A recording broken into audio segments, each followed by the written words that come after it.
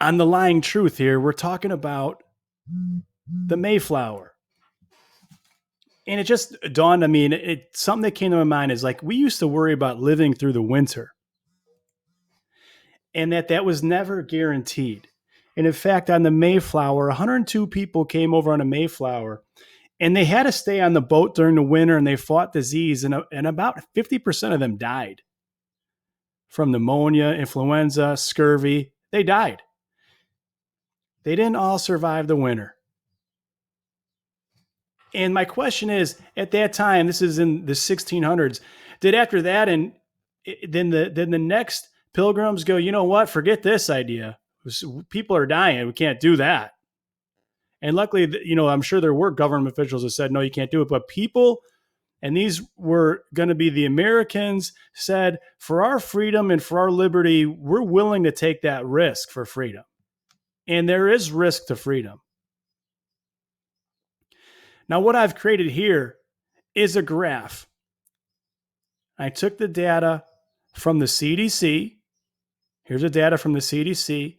I plugged it into a graph and put the data as deaths per million and how they are stacking up. And you could see COVID-19 is already in the top 10.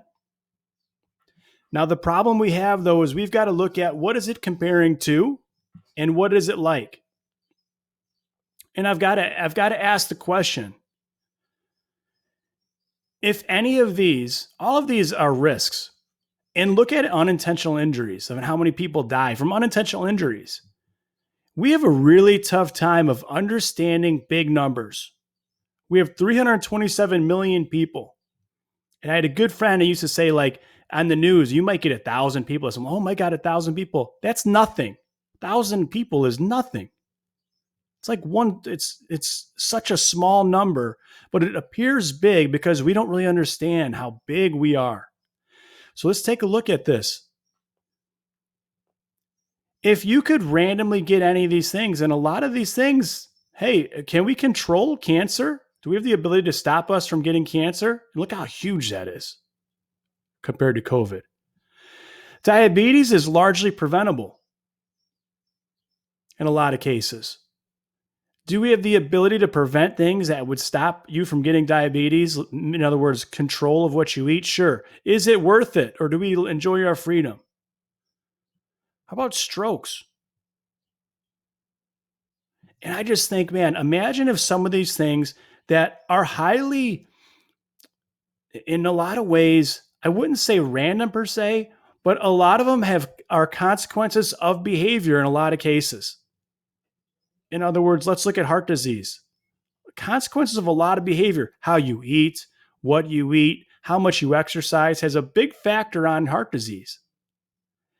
Yet we don't have these giant government controls coming in and saying, you know what, we're going to have mandatory workouts, what we kind of do in school.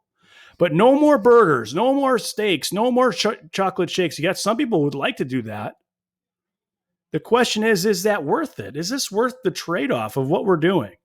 We're basically saying, you know what, forgetting our entire way of life because we have a disease right now that doesn't even kill as many people as just accidents. Just accidents, unintentional injuries kills much more people than COVID does. Just your random accidents. And we're not even getting into the age discrepancy of it, what the difference in the age is. So what are you willing to trade off? Well, how much of your life are you just willing to give up? You know, and I keep going back to the people on the Mayflower who are coming to a new world, risking their lives, right? Risking their lives for freedom, risking their lives for a new way of life with risks. And even when I think about the Mayflower, how many of those diseases happened simply because they were all stuck on a boat, staying inside, as they say, kind of like we're doing with our nursing homes, which are not doing too well. How much is this worth to us? What does this have to get to where we say, hey, yeah, that's right. And let's just say it gets to cancer. We know how devastating cancer is to a lot of people, Probably everyone knows someone that's been affected by cancer. And cancer is relatively, I guess you could almost say random in a sense. In another sense, isn't catching a disease somewhat random? I mean, there's only so many things you can do to control that. Wash your hands, right? Don't touch your face. There's certain things that we can do that we kind of take for granted now. That we probably stay home if you're sick. There's things that we can do to control the spread of diseases. Cleaning, right? Sanitation. Is it worth it to just give it all up? To just say, hey, Mr. Government, you're now in charge of my life. You get to tell me exactly what I can do and what I can't. What kind of people think that that's okay? And I'm not saying it's not okay to stay home. Sure, you could stay home and isolate, give this time to like be under control. But at what point does it stop? Now we're talking about having schools closed in the fall and no sports and we're not doing anything. What? And based on what data? Here's how it affects we're closing. We're like, our big thing is closing the school. The highest. People in history where the Spanish flu killed people under 10 was the highest rate. And that's why they're closing schools, because a lot of times these diseases really affect kids. This one does not, but our big is close the schools, stop the sports, keep everybody inside. What? What are we doing? Meanwhile, the people that are generally mostly socially isolated, they're already kind of socially distanced in a way, because I would argue that people over 75 aren't going to concerts. They're not going out to the bars, right? They are already socially distanced in their small groups, and they're the ones getting hit the furthest. Perhaps what we're doing is backwards. Perhaps we're doing the complete opposite of what we should be doing. And I'm going to argue again, what we should be doing is up to you. It's not up to a governor or a president to tell me what risk he thinks is okay for me to take, right? If you're scared that I'm going to give you and I get the argument, they're scared, oh, well, you're going to pass it, then you stay home if you're scared. You don't go to the gym because you're too afraid that you're going to catch it from me. That's the choice you get to make. All for it. But if I want to go to the gym with other people that want to go to the gym, or if I want to go to work, which I do, and I know my students want to go to school, they should have that right.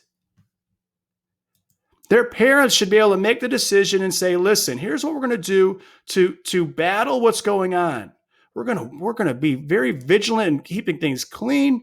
We're going to conduct new practices of not touching our faces all the time. We're going to wash our hands multiple times a day. We're going to make sure that we stay home if we're sick. But we're not going to just give it all up. And some of you that just want to give it all up, for how long? Until when? Until what? How? When is this graph going to not wake up and say, guys, you just don't understand the big numbers? And they're using them over and over to scare you half to death. When's the last time you heard diabetes talked about for 24/7 on CNN? And a big town hall with Sesame Street on there talking about what you should eat. Did you hear the Cookie Monster come on to explain diabetes? Did the Cookie Monster come on CNN with the doctors to explain how maybe you shouldn't eat the chocolate chip ice cream so you don't get heart disease as an adult? Did Big Bird come on there tell you to work out so you're not getting heart disease? No, they don't do that. God forbid. They tell you maybe take care of your cardiovascular fitness so you don't get one of the underlying diseases that cause this crap in the first place. When you look at the numbers, out of all the deaths that are 75 plus years old, only 27 of them were without underlying conditions. Out of 3,000. Yeah, we're going to give it all up. We're going to do everything backwards. Give it all up. Close it all down. We're going to just give it up. Give it up to the government. Thank you, guys. We elected you in. Now you're in charge of my life. I never knew that's how it worked. If I decide to stay home, It's because I decide to stay home. And if I decide to close my business down, it's because I decide to close my business down. And the government, you could be in position to, if people are afraid and they want to shut down for a while, they can't help them. Sure, go ahead. But you don't go in there and shut everybody down and shut everything down and say, yeah, just can't do it. You're going to find out that you're damn wrong. And you know how you're wrong? Because you have a country out of all of them that's doing it. Sweden, where schools are still open. Bars are still open. Restaurants are still open. And yes, people are getting sick, but you guess what? You don't get to stop everything. It's like unintentional injuries. I'd love to be able to put this number to 0, but that's not how it works when you say one death. These politicians, they're arrogant, pompous. Work is death. Going to work is not death. Unless you're going to count unintentional injuries. It's death. It's death. COVID is not death. It's not. Look at it. It's not. It's a disease. It's no more death than driving a car or walking the street or riding your bike. Because that's death. Shut up. I'm so tired of it. And everybody that's out there that's like, you're killing people, you just don't care. Quit whining. I don't care. Because I have the ability to recognize that death is part of life. That means I don't care. Guess what? You're going to die. I am going to die. The real question is, how are you going to live? And how am I going to live? And guess what? You choose how you want to live. I'll choose how I want to live. And if you're afraid of getting a disease, stay home. Don't go out. Problem solved. But you don't get to tell other people what they do. Well, Mike, you can't catch it from me if your ass is at home. Period. You can't catch it from me if you're at home. So stay home. Simple. You won't get in an accident. You might still get cancer. I don't know. You're probably going to get heart disease if you keep your butt home for too long.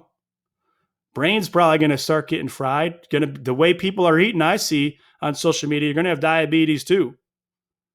And man, suicide can't happen. Suicide's only important until it's something that Trump brings up. Then suicide is not important. Oh no, it's mental illness. No, can't happen. Can't happen for being stuck inside the house. No way. Yeah, right. So you believe in freedom? Are you willing to? I'm willing to take the risk. That's up to me. It's an unintentional injury at this point. I might get it. I might get hit by a car too. I just can't imagine giving up everything we've got for this. Till a billionaire's vaccine that I'm mandated to take. Get out of here. Come on. Meanwhile, y'all watch all the old people die in the nursing homes. Give me a break. Fired up. I am fired up today. I'm not going to lie. I'm going for freedom. I'm about done with this.